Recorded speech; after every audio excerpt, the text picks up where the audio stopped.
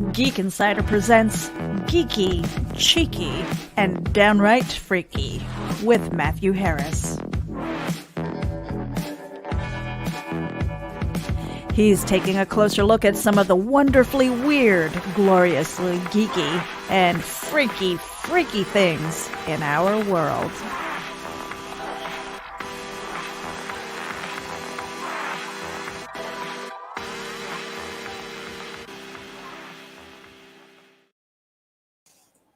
Hello.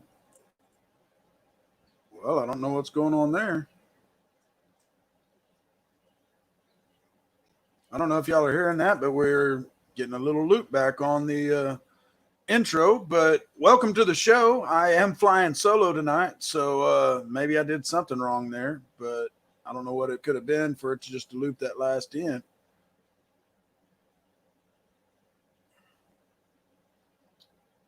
Hang on just a second, everybody.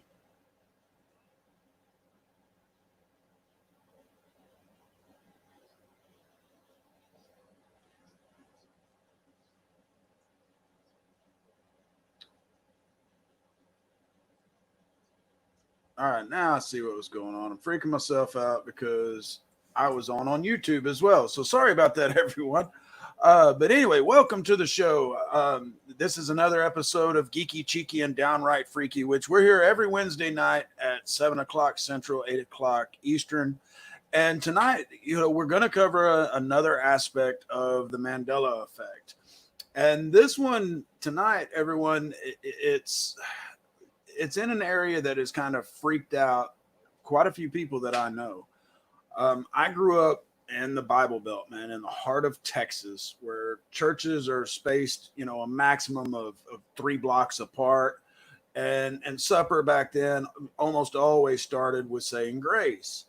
And for a good portion of my younger years, I attended both Sunday school and vacation Bible school at a local Baptist church. And even my Boy Scout meetings were held at a Baptist church. And while I'm certainly no, Bible thumper or theologian, and it's been a while since I cracked open my copy of the good book, my youth was spent, memorizing certain passages from the Bible. And in fact, in vacation Bible school, we were rewarded for memorizing certain passages. And of course, back then we used the New King James Version. And I tell you, after tonight, you'll see why I would sure like to meet some of those teachers now.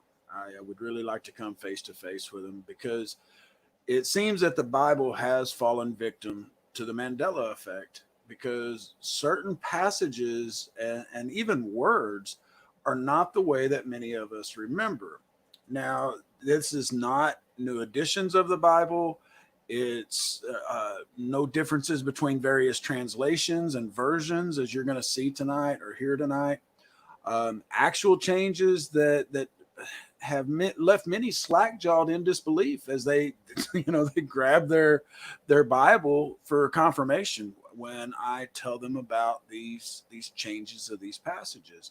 And a lot of these folks that I've talked to, they've read from this same Bible for years, or it's been passed down for generations. And then they find, that their copy of the Bible is somehow inexplicably changed.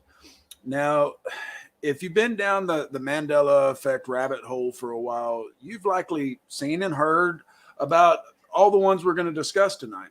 I don't think I'm revealing anything, new or groundbreaking. I always try to tell you all that. I also try to tell you that this show is generally best.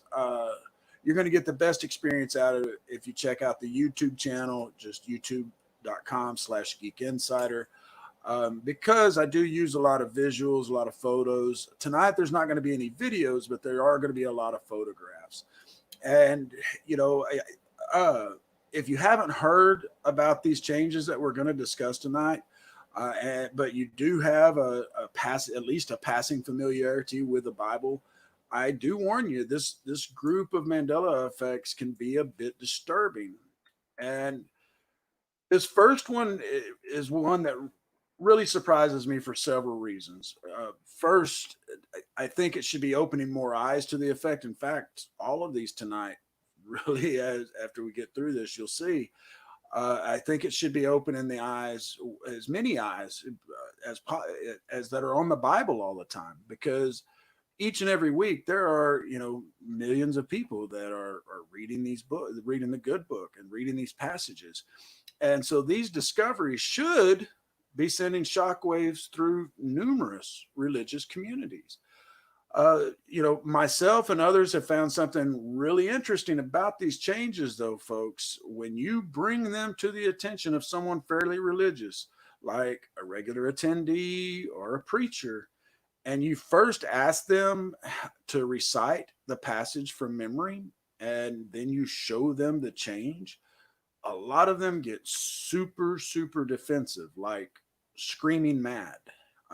Now, this is no judgment or opinion on the fact, just something several of us have noticed, and I figure you should be aware of, because it's can be a little disconcerting when you're talking to a preacher and you ask them about these passages, and then you bring it to their attention that it's not quite what they remember. Now, I'm always open and honest that I am a Christian. I do have beliefs in God and what the Bible teaches us. So the possible implications of these changes should be getting much more attention, in my opinion. If you look around the internet at Mandela effect related sites and Reddit, you're going to find that the list of possible Bible changes is actually it's huge, and these are from folks that know the Bible a lot more than I do. But I did some research on three, well, really four of them we're going to discuss tonight. Three of them are ones that I think you'll find disturbing, and then the fourth one I want to kind of warn you about. For today, first up is it's one that I kind of hit on the last show, which is Isaiah 11:6. Now, for those of you that haven't heard about it, didn't see last week's show or hear last week's show, what animal is it that lays with a lamb in Isaiah 11:6? Now, you've likely, just one second, somebody's, oh, okay, great. Um, you've likely seen countless renditions portrayed in church stained glass windows, statues, little figurines at the local Christian bookstore. But how do you recall it? I don't expect everyone to go, oh, Isaiah 11:6, it's da da da da da. But this phrase you'll probably remember. It's then the blank shall lay down with the lamb, or the blank also or shall also dwell with the lamb. Now, which animal do you remember? Well, if you're like myself and a lot of other people out there in the world, you're going to remember a certain king of the jungle, the lion. And heck, folks, there's even plenty of people out there with this iconic imagery permanently tattooed on their body. You got this guy, the lion and the lamb. This guy, another beautiful tattoo, the lion and the lamb.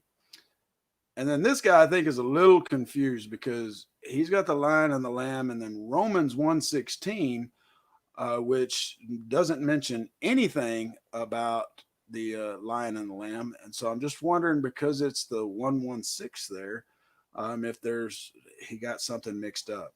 But anyway, so you got several, and there's a lot more. If you go looking around online just for lion and the lamb tattoos, you're going to see this a lot. Now, there's also expensive paintings, really expensive paintings. And then you've got church, stained glass. There's a lion and the lamb. There's another one I found, lion and the lamb together.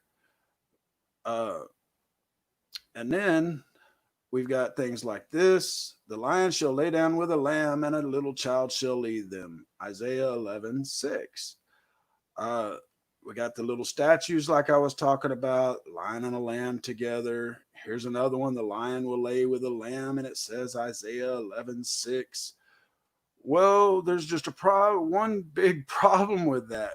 And you have to ask yourself why we have all of this material, the different things that say lion and the lamb, and they mention Isaiah 11:6 because it does not now, nor has it ever referenced the lion laying with the lamb. In fact, it's a different animal altogether. The New King James Versions has always been the wolf also shall dwell with the lamb. The leopard shall lie down with the young goat, the calf and the young lion, and the fatling together, and a little child shall lead them. Now, if you're thinking that this must be, we must have learned this verse from a different version of the Bible, check it out. The King James Bible said the wolf also shall dwell with the lamb. The New American Standard Bible, and the wolf will dwell with the lamb. The English Standard Version, the wolf shall dwell with the lamb. And even the New Living Translation, in that day, the wolf and the lamb will live together. So it's the wolf and the lamb. The lion is with a calf, a yearling, and a fattened calf, if you look at those. But not once is the lion mentioned laying with the lamb. So why isn't there imagery of the wolf and the lamb all over the place? Why is there so much that directly refers to Isaiah 11:6 and a lion and a lamb specifically laying together? Why do so many of us specifically remember the verse as then the lion shall lay down with the lamb? Is there a specific symbolism for the wolf that we should, be learning about or wondering about? And you can go down a whole nother rabbit hole on that, trust me. But that is one of the first ones that really spun me down the Bible rabbit hole, because nowhere, as you just seen, are you going to, you might find someone with a tattoo with a wolf and a lion together, but in no church is there imagery of a wolf and a lion together. And you ask, and I have done this personally, asking clergy to recite Isaiah 11:6, and they almost always, I've had two that said the lion, I mean wolf, but the rest said lion. And so that is Isaiah 11:6. But here's one that, again, if you have any religious upbringing, you should remember this one quite well, even if you weren't forced like I was to remember passages. And that's the Lord's Prayer. So say it in your head or recite it out loud. And then when you get to the part of Matthew 6:12, did you say, and forgive us our trespasses as we forgive those who trespass against us? Well, that's what I was taught. And I still say it to this day. But guess what? It's never been that way.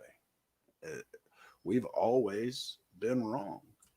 If you go and look at the Lord's Prayer, which here's one here, just, I don't know if you can see it here on the screen, but it is forgive us our debts as we forgive our debtors.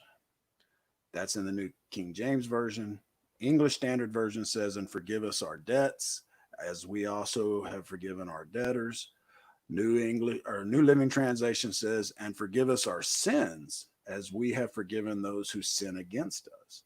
So once again, why do so many of us remember it as trespasses? Now, Wiki has an entry that states that though Matthew 6:12 uses the term debts, the older English versions of the Lord's Prayer uses the term trespasses, while the newer versions often use the term sins.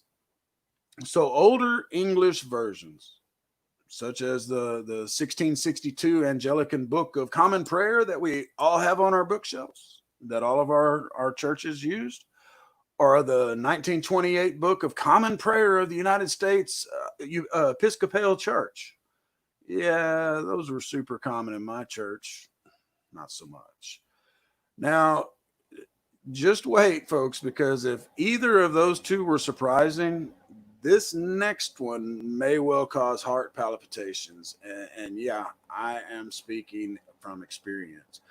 Stand by. We're going to take a quick break, and then we'll be right back with something that I think will really blow your mind on this one. We'll be back right after this. Check it out. MobileEdge.com has award-winning products with innovative features and contemporary, edgy designs that empower you to look sharp and travel smart with your mobile tech. Your beloved, not to mention expensive gaming gear and mobile tech devices, are an extension of you, so give them the protection and style they deserve wherever you go. Find them at MobileEdge.com and protect your tech with Mobile Edge. Bring it on. Hey Geek Insiders, Mobile Edge has a special coupon code for our dedicated listeners. Get 25% off your Mobile Edge gear using coupon code GEEK25. That's GEEK25. Geek out. All right. And as I was saying, this next one it really tripped me up when I heard this one. And I really think it's going to trip a lot of you out there. Especially if you haven't dove into this end of the pool when it comes to the Mandela effect. Now, I've heard several different names for our resident supreme being, including one of my favorite quotes or from one of my favorite movies, or my favorite movie of all time. And that quote is, "Mother is the name for God on the lips and hearts of all children." And if you know what that movie is from, then you get 2 points. But I have to say, when I was recently read the upcoming verse, like I said, I was floored, because what names do you recall for God? Yahweh, Elohim, El Elam, Jehovah.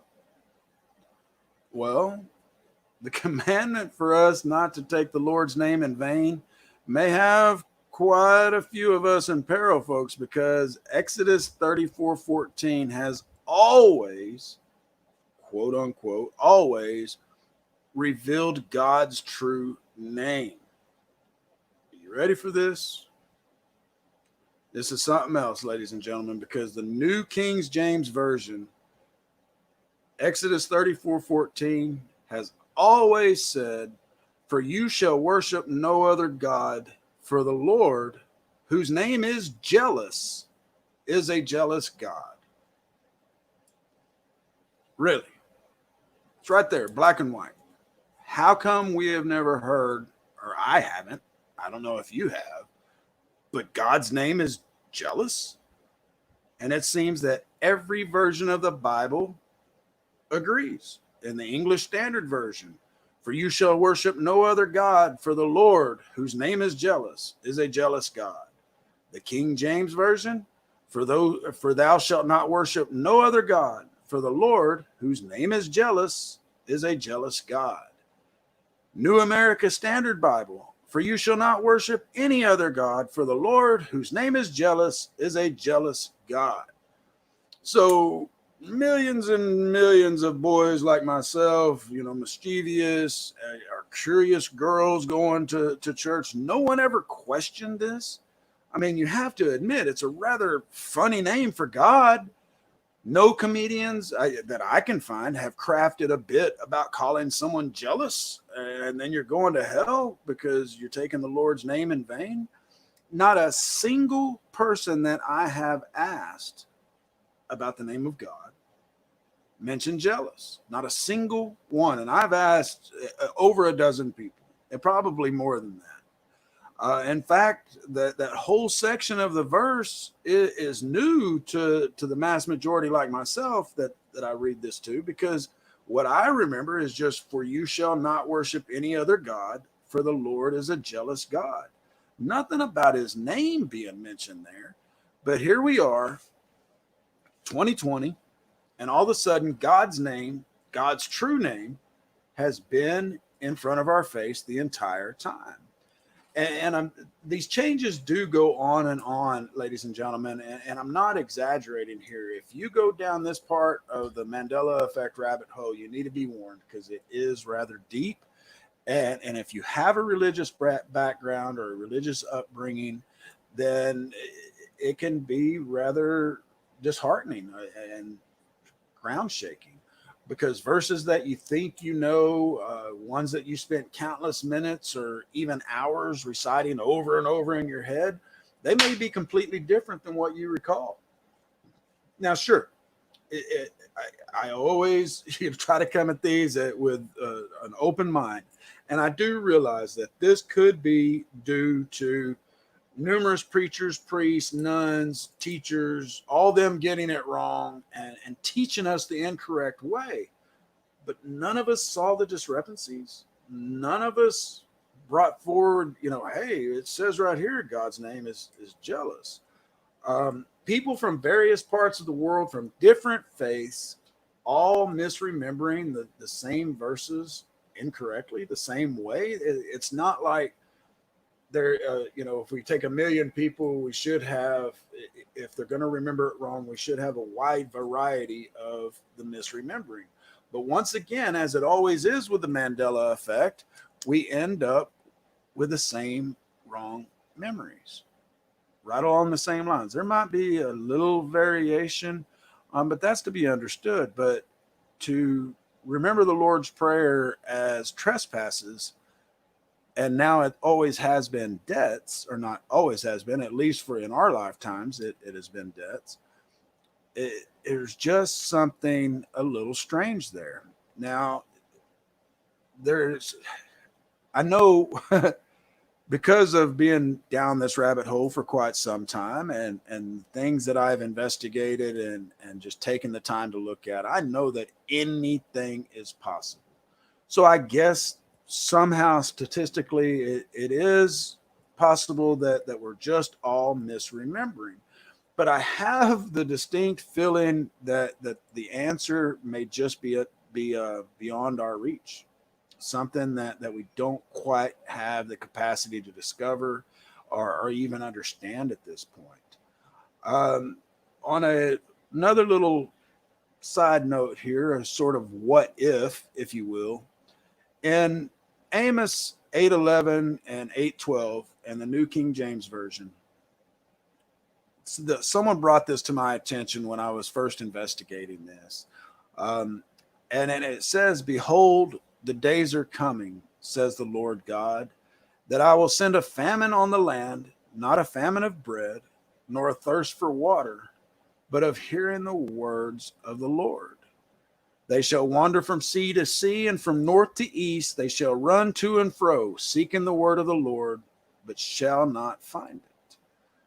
So how long are we going to be able to find the true word of the Lord if it really is changing right before our eyes? When passages that we grew up knowing are suddenly different. Now, one in particular, I told you we were going to cover 4. One in particular that I want to sort of debunk here has to do with Moses. Now, there is a good bit of artwork depicting Moses. Well, let's just take a look here. He has a little addition. Now, this is Michelangelo's famous sculpture. Now, look at the top of Moses's head. He has horns. And then there's other artwork. Here's another Moses with horns. Moses with horns with the 10 Commandments. Here he is. And another famous painting, again with horns. This is stained glass. And I'm sorry, folks, if you're tuning in on the podcast. I'm just showing some different pictures of Moses with horns. And then here's another sculpture. Of course, this is some weird horns looking here. But when you first go looking at Mandela effect, Bible changes, a lot of the times you'll come across my article on Geek Insider. But you will come across this one where folks are, hollering that Moses having horns is totally new to them. And it is new to me. I never have heard of Moses having horns, never saw pictures that I can recall. But when Moses came in Exodus 34:29, when Moses came down from Mount Sinai with the 2 tablets with the 10 Commandments, he was not aware that, well, let me just read the passage. Exodus 34:29. When Moses came down from Mount Sinai with the two tablets of the covenant law in his hands, he was not aware that his face was radiant because he had spoken with the Lord. That's how the passage is now. Now, if you go back into the original passages in Hebrew, the depiction of a horned Moses stems from the description of Moses's face as cornuda. It's a Latin phrase, and it means horned in that in the Latin, in the Hebrew. This is kind of hard to explain, but it was translated as, back then in the original Old Testament, and when Moses came down from Mount Sinai, he held two tablets of the testimony, and he knew not that his face was horned from the conversation with the Lord. There wasn't a word for radiant in the Hebrew language at that time, but the author that was translating it, and I didn't get which translation it was, but he wanted it to be as literal as possible and as faithful as possible to the actual translation. And so he did take the original Hebrew text, which uses the term which often means horn, and these days it is interpreted to mean shining or emitting rays. And so Michelangelo created his sculpture with Moses with horns, and then a lot of other artists followed suit. And I don't know for sure that Michelangelo was the first one to depict him with horns, but that's where this comes from. And like I said, did I ever notice that he had horns before I was introduced to the Mandela effect? No, but I also didn't spend a lot of time looking at Michelangelo's art or church art. But my wife did study Michelangelo, and this is a Mandela effect for her, because she is an art student, she is an artist, and she says that if she would have ever seen, a depiction of Moses with horns, that she would remember it. But this explanation makes sense to me, that the word was translated in an attempt to be as accurate as possible, and with no such word as radiant in the Hebrew language, it was translated as close as they could get. Michelangelo then created his famous sculpture, and artists down the line based their works off of it. At least that's the official explanation now. Now, whether you want to believe that or not, and you may have some other anchor memories about Moses that you're just like, there's no way that he ever had horns. But, what about the other three that we discussed on today's show? Those aren't translation issues. We went through the different variations of the verses, and the people, we remember things that are quite different from what has always been in black and white in front of us. And so this one, again, ladies and gentlemen, I want to warn you, because I've only just barely gotten into this one myself. I started digging deeper as far as different changes, but the whole jealous being the name of God, that one really disturbed me. And so I haven't dug a lot more deeper into it. But that is it in a nutshell for pretty much the top three for me. I know that there's more. There's websites out there where you're going to see dozens and dozens of changes. And if you know your Bible inside and out, then it would be great if you did go and check them out, and to see if you can debunk some of those, that you can agree with some of those, or what have you. The last thing that I want to tell everyone tonight is make sure that next weekend, the 10th through the 12th, that you check out geekinsider.com and youtube.com/geekinsider, because we are having another virtual con, so to speak. It's called Independence, and that's INDIE, pendancecon.com. This is for indie artists, indie directors, indie actors, and writers. We've got some very special guests lined up. They haven't been added to the page yet because we're just waiting on final time confirmations. But we are doing another all weekend long virtual con. We don't charge anybody for this. This is free to you, it's free to the guests. We are just wanting to help get the word out for some of these special projects, great books, great singer or bands. And like I said, we've got some special guests, and we'll be announcing those over the next few days and next week. Another thing that you'll want to do is, ladies out there, y'all want to check out wildoneforever.com. That is a women-centric site where they discuss tough subjects in a safe environment. And they've got some really cool stuff coming. I know they're about to give away a really nice watch. Yes, I have the N over there. I help them out with a lot of stuff. But it is a really cool site, and it's taking off like gangbusters. And you'll see that they have a confessions area where you can send in confessions with no worries about anyone knowing who the heck you are. They've actually had some really good confessions over the last few weeks. Stuff that you probably wouldn't read anywhere else. But anyway, that's going to do it for tonight, folks. I greatly appreciate you tuning in. Don't forget to tune in next week, Wednesday night at 7 o'clock Central. And then, of course, check out our YouTube channel. Check out our Facebook. We've got several great podcasts that are going. We've got some great interviews. But I did want to show one other thing, because last week we were having trouble with the Tank Man video. And I did finally get that loaded. And since we're still on the subject of the Mandela effect, I want to show this, because just as a recap, in Tiananmen Square, there was what I remember, and what a lot of folks that I have talked to remember, is there was a man who went and stood in front of a tank, and after a little bit, he was smushed by the tank.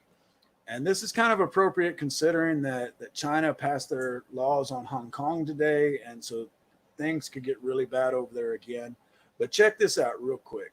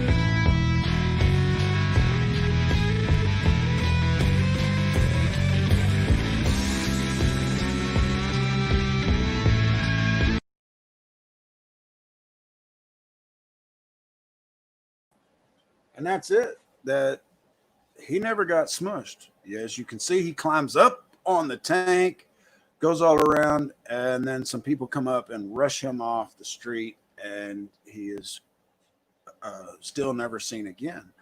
But ladies and gentlemen, I remember seeing this on television, that he laid down in front of the tank and he got smushed. And Tiananmen Square history still says that a lot of people died there. But Tank Man never happened. And trust me, I'm not the only one that remembers the incident this way, because it was, I mean, newscasters warned parents, before they showed it, that this was disturbing. And this really opened a lot of people's eyes at the time about how brutal communism could be. And now it is completely different. As you can see, he goes off and he lives to this day, as far as we know. But anyway, that's going to do it for tonight's show. Make sure you tune in next week. Y'all have a great 4th of July. Well, I was going to say have a great 4th of July. We record this, and then it comes out the next week on the podcast. So if you're watching live, have a great 4th of July weekend, a safe one. Make sure you practice your social distancing, folks. You don't want to get this COVID no matter how old you are. Y'all have a great weekend, and we will see you next week. Thank you for tuning in to Geeky, Cheeky, and Downright Freaky, a Geek Insider production powered by NSC Live TV. Become part of our show with sponsorship and advertising opportunities. For details, contact advertising@geekinsider.com or visit podcast.geekinsider.com. The Geek Insider podcast is available on your favorite app, so please hit the follow button and share it out to your friends. Because if you don't, you might have to turn in your geek card.